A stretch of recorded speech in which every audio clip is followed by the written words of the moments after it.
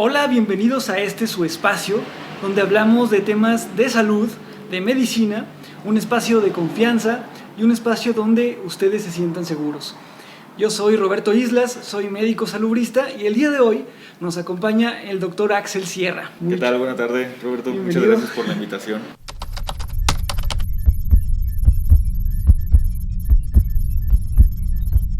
Bueno, vamos a estar hablando de dos temas muy interesantes, Sí, que me imagino son preguntas que te hacen las pacientes muy seguido en consulta. Estos temas son dos, que primero es VPH, que es virus del papiloma humano, y número dos, síndrome de ovario poliquístico. El doctor Axel Sierra es ginecólogo. Vamos a empezar con algunas preguntas. ¿Qué es el VPH y cómo se transmite? fíjate que el VPH, hablando del virus del papiloma humano, es un conjunto de múltiples tipos de virus, más de 200, realmente se ha identificado muchos y generalmente se ha visto asociado a aparición de lesiones por verrugas y el componente que se conoce como virus de VPH de alto riesgo son los precursores de una lesión que genera un cáncer, ¿verdad? En el aspecto de ginecología, hablando de mi campo, suelen infectar el cuello del útero y ahí es donde se desarrolla una lesión posible maligna. Y es por eso que pues, es algo necesario estar dando el seguimiento con ciertos estudios para poder identificarlo de forma oportuna y dar tratamientos en tiempo y forma. Hablando de la transmisión, ¿aquí el uso de condón sirve de algo o no? Sí, totalmente. ¿Por qué? Porque pues realmente el VPH al momento de abordarlo, no hay casos en donde ni siquiera uno se da cuenta que tiene VPH. ¿Por qué? Porque, por ejemplo, hablando de las dos formas que tiene el virus, los que son de bajo riesgo te pueden generar una formación de verruga y ahí es cuando tú te das cuenta que tienes la infección. Pero en el caso de los tipos que producen una lesión cancerosa, cancerígena, esos no se pueden detectar. Entonces, al momento de que una persona tiene relaciones sexuales, el preservativo o el condón va a ser una pieza clave para la prevención en la transmisión, ¿verdad? Y entonces, la única forma de saber si tengo o no VPH es si aparecen estas verrugas.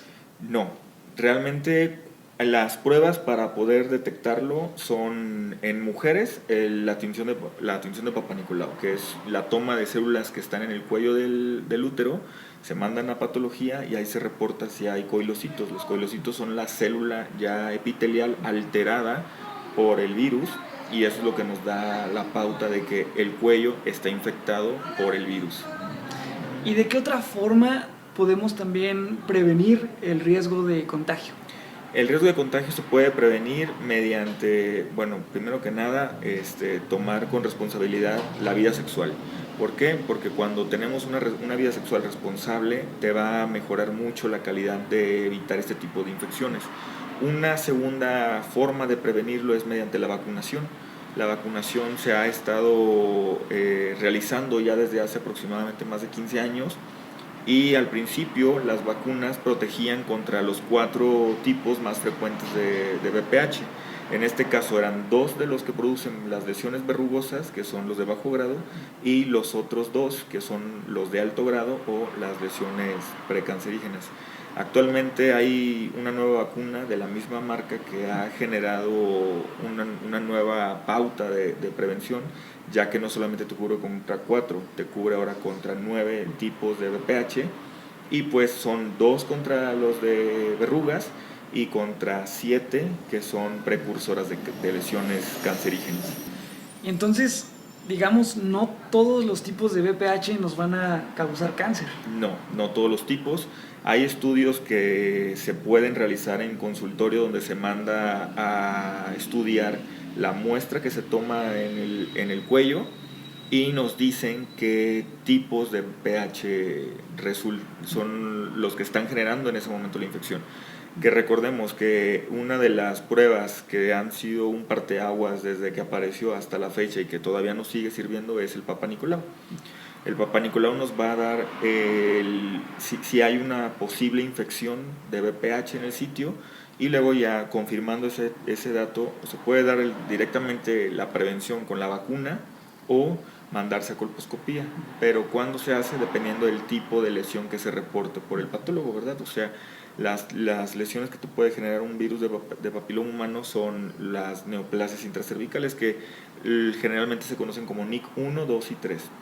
Entonces, hablando de este tipo de lesiones, a lo mejor si han escuchado en algún momento esos términos, es el grado que tiene de cambio la célula del cuellito de la matriz, y entre más crezca, o sea, entre más vayas hacia el grado 3, es más el riesgo que puede tomar eso para una progresión de cáncer.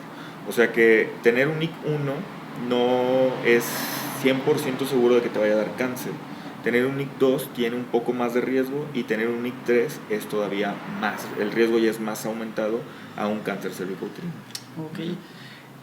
¿Y hay algún tipo de tratamiento específico para el BPH? Sí, de hecho, si la lesión o la infección por el BPH es por verruga, pues se tendría que eliminar el sitio de la verruga, y se puede hacer mediante cauterización, mediante crioterapia, mediante cirugía mínima, dependiendo del tamaño de la verruga, porque hay verrugas que suelen crecer demasiado grandes, otras que se quedan milimétricas.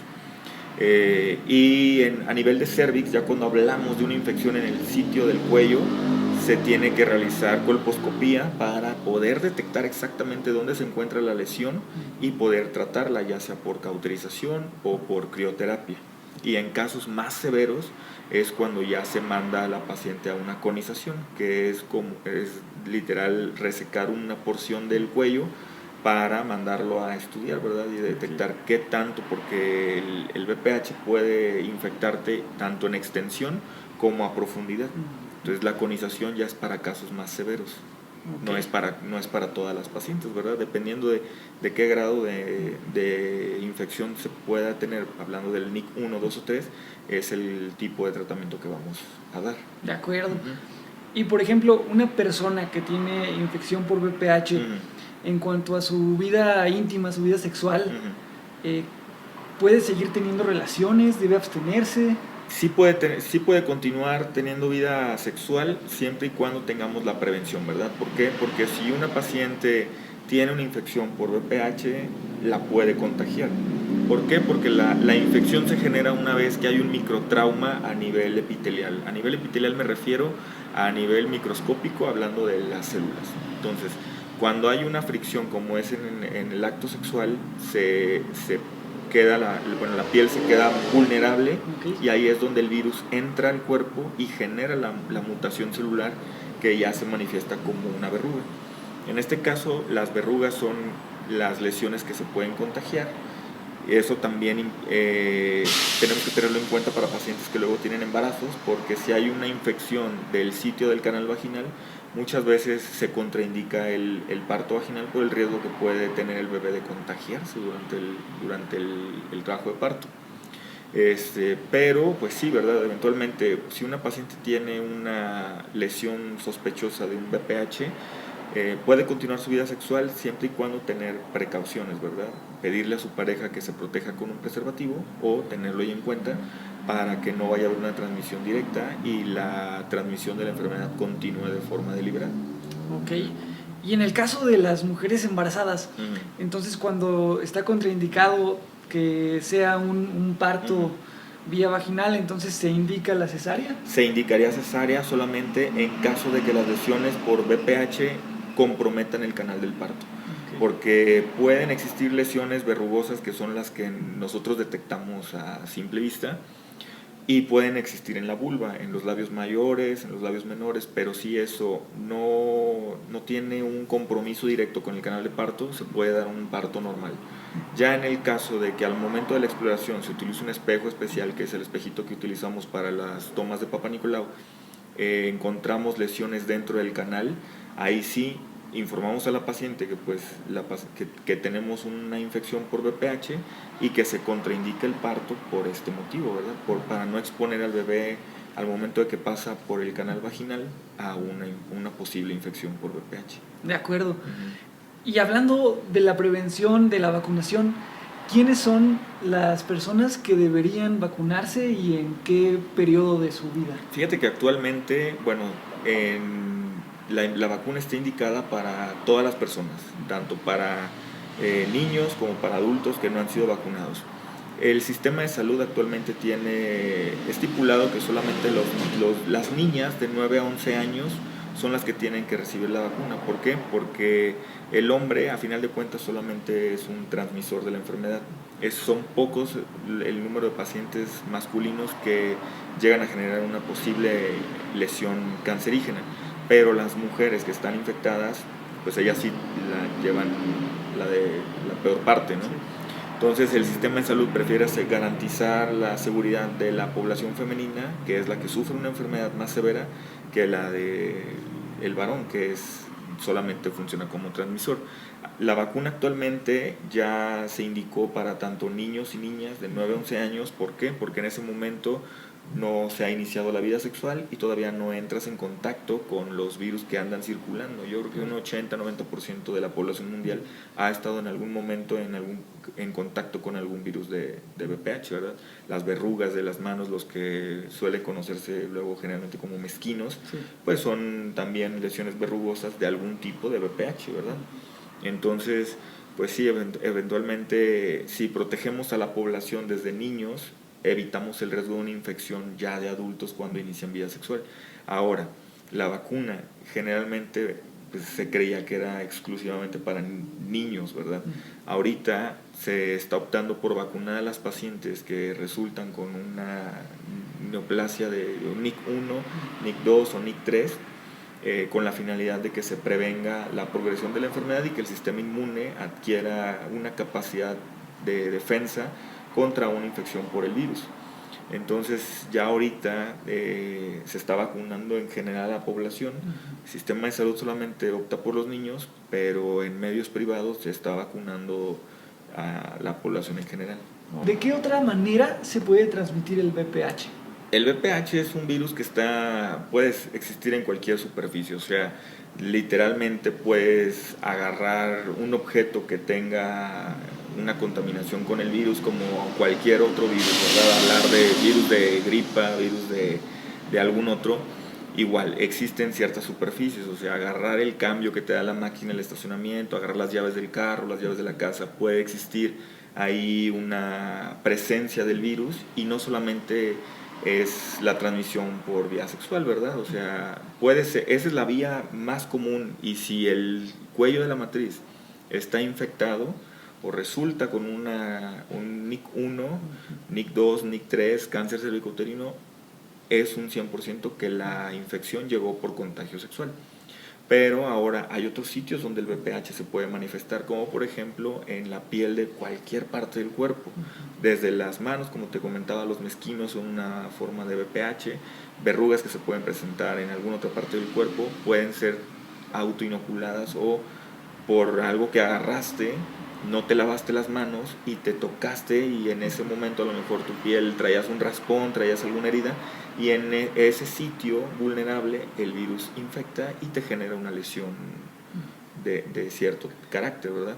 Y no necesariamente es algo sexual. Y no necesariamente es algo sexual, ¿verdad? Ya cuando hablamos generalmente de las verrugas que aparecen en el área urogenital, pues ahí sí, ¿verdad? La verruga pues, generalmente suele llegar mediante contacto sexual, pero a veces, muchas veces pasa que vas a la carrera, vas haciendo pipí, no alcanzaste a llegar a hacer un lavado de manos antes de manipular la región y en ese momento te puedes contagiar, ¿verdad? O sea, por eso es muy recomendable siempre el lavado de manos, es algo muy crucial en la prevención contra VPH.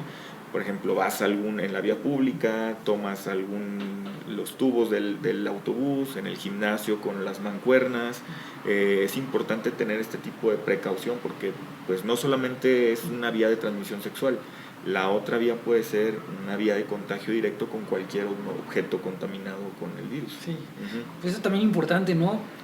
Vemos que en los gimnasios hay la regla de limpiar cuando uno termina de usar algo. Sí, pues de hecho desde esas reglas siempre las han marcado, quedaron un poquito más obligatorias después de la pandemia por el hecho de que el virus del COVID sobrevive también cierto tiempo en las superficies. De la misma forma, pues el virus del VPH también sobrevive en ciertas superficies, y si alguien con la contaminación del virus toca un aparato, toca un equipo del gimnasio y llega alguien más y lo toca, pues agarrarte la cara, agarrarte cualquier parte del cuerpo, pues en general te puede transmitir ese tipo de lesión, ¿verdad? Claro, hablando de lesiones no asociadas al contexto urogenital, ¿verdad? Claro. Ya hablando que igual también ese tipo de lesiones se pueden contagiar en el área vulvar, en el área de pene, de testículos, y pueden eso sí llegar a tocar otra parte del cuerpo, hablando del sexo, y generarte la presencia de arrugas en el sitio, ¿verdad? Y bueno, ahora vamos a pasar con un tema que también es muy, muy importante y que muchas personas pues también tienen ciertas dudas que quieren despejar, como por ejemplo, ¿qué es esto del síndrome de ovario poliquístico y cuáles serían sus causas? Fíjate que el síndrome de ovario poliquístico es una enfermedad hormonometabólica. Se creía que antes era un contexto relacionado meramente a algo producido por el ovario, pero en la actualidad ya se ha investigado un poquito más a fondo de él y se ha llegado a término que pues la enfermedad tiene una repercusión no solamente hormonal, sino también metabólica. Actualmente existe pues relación, ¿verdad?, entre las pacientes que tienen síndrome de ovario poliquístico y el riesgo que pueden tener para desarrollar diabetes mellitus a largo plazo. Okay. Actualmente pues por el contexto de ser mexicanos todos tenemos la herencia genética para diabetes, pero esto lo puede detonar un poquito más fácil tener ovario poliquístico. El ovario poliquístico consiste en la presencia de múltiples folículos dentro del ovario. Tenemos que considerar que cuando se hace un diagnóstico de ovario poliquístico, la mayoría de los diagnósticos se realizan por ultrasonografía. Entonces tenemos que tener en cuenta que el ovario en todos los momentos del ciclo tiene presencia de folículos. Vamos a llamarle folículos, no como tal quistes.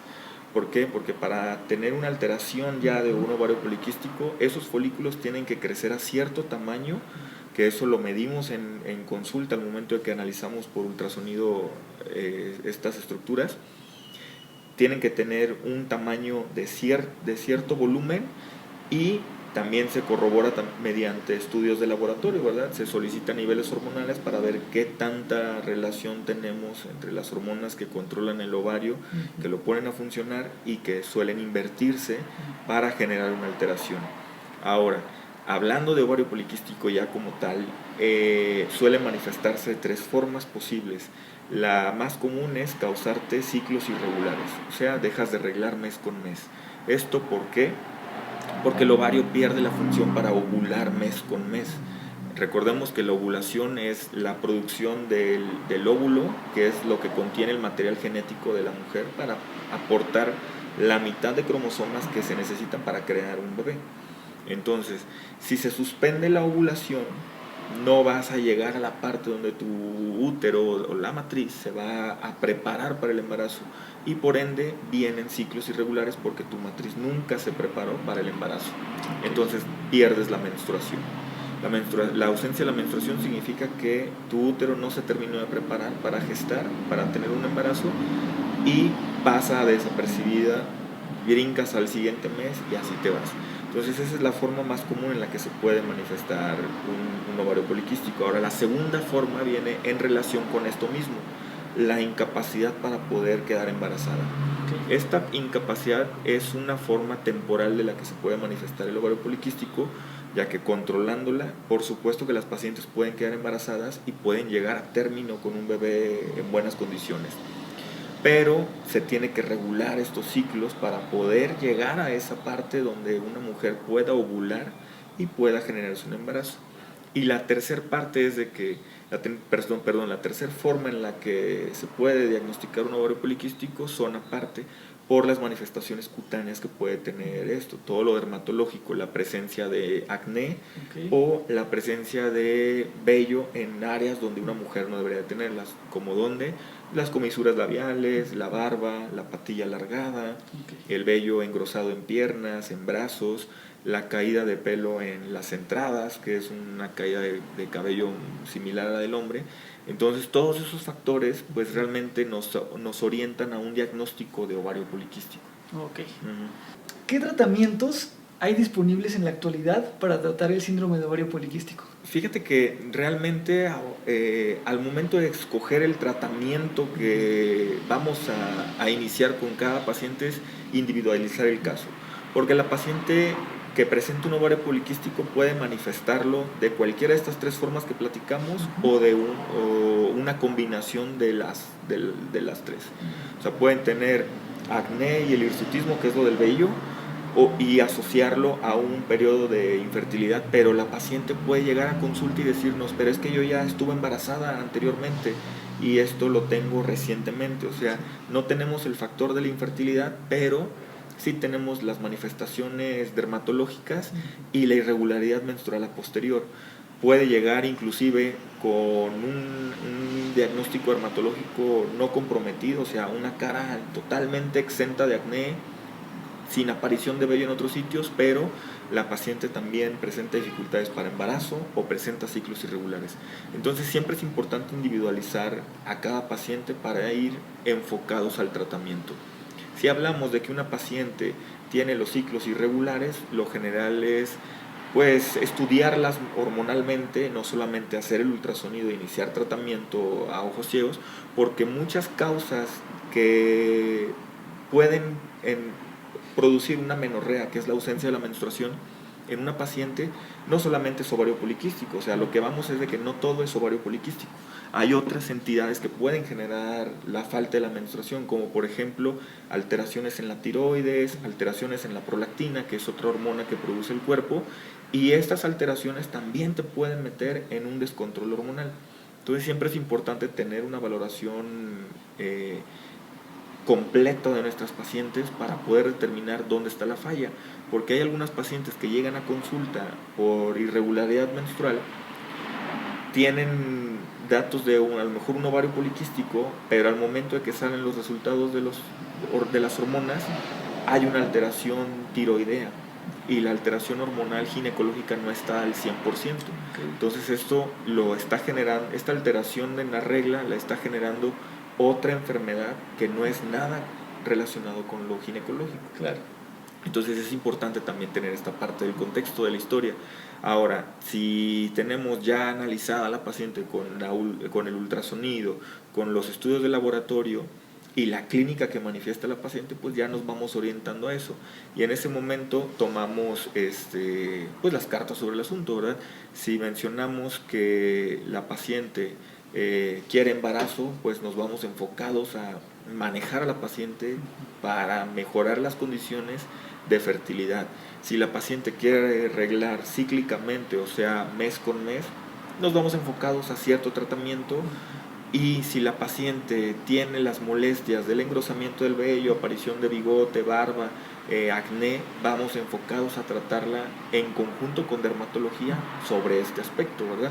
Okay. ¿Por qué? Porque pues esto es lo que hacemos para individualizar los tratamientos. No una paciente con ovario poliquístico a lo mejor va a ser candidata a iniciarle hormonales orales, ¿verdad? Se puede dar el tratamiento de alguna otra forma dependiendo de cuál sea la falla y cuál es el motivo de la consulta de la paciente. Vamos a ir poco a poco ya cerrando con esta entrevista. ¿Qué edad es la más recomendable para empezar a hacerse un Papá Nicolau?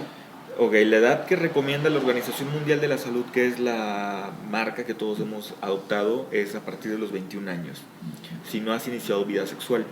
La otra fecha para iniciar la toma del Papá Nicolau es 2 años después de que empezaste vida sexual, si es que no has alcanzado los 21 años de edad como mínimo. O sea que si iniciaste vida sexual a los 16 años, tu Papá Nicolau, el primero, se debe de realizar a los 18 años. Y después realizarlo de manera anual o al momento de tener 2 Papá Nicolaus negativos, se puede espaciar a cada 2 años. Esto hasta los 64 años de edad, que es lo que nos dicta la Organización Mundial de la Salud para la prevención del cáncer cervicouterino. También es importante preguntar qué otros exámenes ginecológicos estarían indicados o serían importantes para la salud de las mujeres. Fíjate que para esa pregunta yo creo que la podemos, más bien esa respuesta la podemos dividir dependiendo del momento de la edad fértil de cada paciente. Porque, por ejemplo, una paciente en edad fértil, hablando desde el inicio de la adolescencia, que ya es cuando la paciente acaba de brincar la pubertad, a los 40, 45 años, que es más o menos donde empieza todo el conflicto de la menopausia y el climaterio, se puede estudiar a cada paciente con a lo mejor una química sanguínea para ver riesgo que puede tener de diabetes mellitus, de resistencia a la insulina, que es una patología que está en relación con el ovario poliquístico, y eso nos da como una primera alarma, ¿no? De que si tienes una resistencia a la insulina, en algún momento puedes llegar a desarrollar una diabetes. Entonces eso es algo que se puede tener en cuenta, ¿verdad? Al momento de hacer nuestros estudios generales. Otros estudios que se pueden tener también son pues el perfil hormonal, ¿verdad? Para descartar que no haya alguna alteración, perfil tiroideo, porque luego la patología tiroidea es algo que no lo sospecha uno muy seguido y sin embargo la enfermedad ahí existe, ¿verdad? Entonces esos son los estudios que normalmente se pueden monitorear, no de rutina, pero a lo mejor llevar cierto grado de pues importancia al momento de ver a nuestras pacientes. Y ya después de que brincamos la vida fértil y hacemos la transición a climaterio, que es ya cuando la mujer pierde la capacidad para embarazarse, ahí sí podemos hacer otro tipo de estudios, por ejemplo, la mamografía, que después de los 40 años es crucial. ¿Para qué? Para búsqueda de cáncer de mama. Ese estudio es algo que se tiene que realizar año con año hasta el momento que la paciente ya no esté con nosotros. Eso no se puede posponer, no se puede quitar, siempre se ha recomendado de forma anual hasta que la paciente deje de vivir. ¿Por qué? Porque pues el cáncer de mama suele aparecer de forma microscópica y suele detectarse de forma oportuna mediante este estudio. Entonces todas las pacientes después de los 40 años tienen que ir directamente a mamografía. Antes puede realizarse algún ultrasonido porque las características de la mama en pacientes jóvenes tienden a tener un componente graso más amplio que en la paciente que cruza ya los 40 años. Entonces la mamografía no es un estudio ideal para escrutinio en pacientes jóvenes. Si la paciente llega a tener alguna patología, alguna lesión, alguna bolita, se solicita antes de los 40 años ultrasonido de mama. Después de los 40 años realizamos mamografía y ese es hasta el resto de la vida. A lo mejor un perfil hormonal para detectar si ya empieza a haber falla en cuanto a las hormonas, y las densitometrías, que son ya en las pacientes de climaterio, para ver el grado de descalcificación de los huesos y prevenir fracturas a futuro, ¿verdad? Porque una paciente que brinca ya la transición de la menopausia a climaterio, pues pierde la capacidad estrogénica, que es lo que las mantiene con un porcentaje de calcio en los huesos. Entonces, al momento que se para la producción de estrógenos, la paciente empieza a perder esa calcificación y es algo que también se debe monitorear a futuro. ¿Qué tan cierto es esto de que si una mujer tiene en su mama más tejido glandular, tiene más probabilidades de tener cáncer que una mujer que tiene más contenido, digamos, de esta grasita? No, fíjate que realmente las pacientes el hecho de tener una glándula, la glándula puede ser pequeña o puede ser abundante y no representa ninguna diferencia en que pueda aparecer o no una lesión cancerígena. Puede tener una glándula muy pequeña y aún así, siendo pequeña, puede detonarse si hay una alteración genética que la predisponga. ¿Qué factores ahora podemos tener en cuenta que nos pueden detonar un cáncer de mama? La herencia genética, eso es lo principal. Si tienes un familiar en primera línea, en este caso una hija, la mamá puede brincar directamente a la familia en cuestión de primera línea genética, ¿no?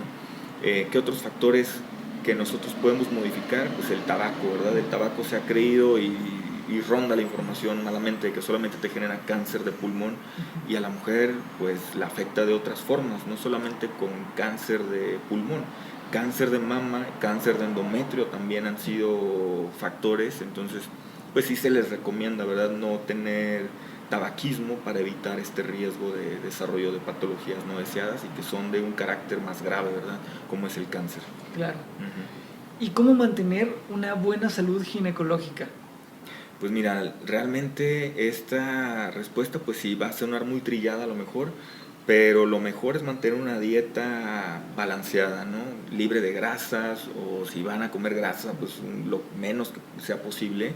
Realizar actividad física a diario. La OMS nos dictamina que mínimo 30 minutos de ejercicio de tipo aeróbico 5 días a la semana repercuten mucho en la salud. Ahora, si la paciente quiere extenderlo a un tiempo más amplio, pues eso la beneficia muchísimo más. También no solamente a mujeres, también a hombres. Entonces, la actividad física deportiva siempre ha sido algo que pues es muy indicado, sobre todo en pacientes que tienen este tipo de patologías que acabamos de hablar, ¿no? Por ejemplo, ovario poliquístico. Las pacientes con esta enfermedad, que no es curable, hay que hacer este énfasis. El ovario poliquístico no se cura, se controla, y antes de creer que la cura va a ser específicamente con algún anticonceptivo, porque luego muchos pacientes no quieren usar anticonceptivos o les causa cierto disconfort el empleo de algunas pastillas, se benefician muchísimo de la dieta y del ejercicio. ¿Por qué? Porque disminuyen grasa corporal, y recordemos que la grasa es un sustrato para crear hormonas, y al momento de que disminuyes tu grasa, disminuyes la producción excesiva de estas hormonas que te pueden dañar a futuro, tanto para síndrome de ovario poliquístico, cáncer de mama. Entonces, pues un estilo de vida saludable siempre va a ser pieza clave en el control y la prevención de enfermedades. Y no solamente de enfermedades ginecológicas, ¿verdad? También enfermedades metabólicas, como por ejemplo diabetes, hipertensión. Entonces esto nos va a dar una pauta de mucha mejoría al momento de hablar a la salud a futuro, ¿verdad? Y entonces, ¿tendrá algún impacto para las mujeres que están tratando el síndrome de ovario poliquístico, además de la consulta ginecológica, llevar paralelamente consulta nutricional? Claro que sí. De hecho, todas las pacientes que tienen síndrome de ovario poliquístico es aconsejable pues verlas de forma multidisciplinaria, ¿verdad? Porque no estamos hablando de una patología que solamente es ginecológica, es una patología que engloba varios campos. Por ejemplo, el endocrinológico, con el punto que tenemos de riesgo para resistencia a insulina, que es una forma es una forma precursora de desarrollar diabetes. O la otra, pues también es el control del peso, ¿verdad? La paciente con ovario poliquístico luego también tiende a tener sobrepeso u obesidad. Entonces sí se recomienda que todas las pacientes que tengan este diagnóstico pues estén acompañadas también en un campo nutricional, ¿verdad? Controlar este tipo de alimentos que pueden detonarnos esto o agravarnos un cuadro de síndrome de ovario poliquístico. Bueno, ya para terminar, ¿dónde podemos encontrarte en redes sociales? Claro, en redes sociales me pueden encontrar en Instagram como gine.axelsierra, en Facebook como Dr. Axel Sierra, ginecólogo SLP, y el número del consultorio, que es 44 44 21 53 25. Me encuentro ubicado en Mariano Arista 1090, en el edificio La Luz, en contraesquina del Jardín de Tequis. De acuerdo, pues aquí dejamos toda esta información en pantalla. Y pues te agradezco mucho, Axel, por el tiempo, por concederme pues este tiempo para la entrevista. Muchas gracias a ti por la invitación. Muchas gracias.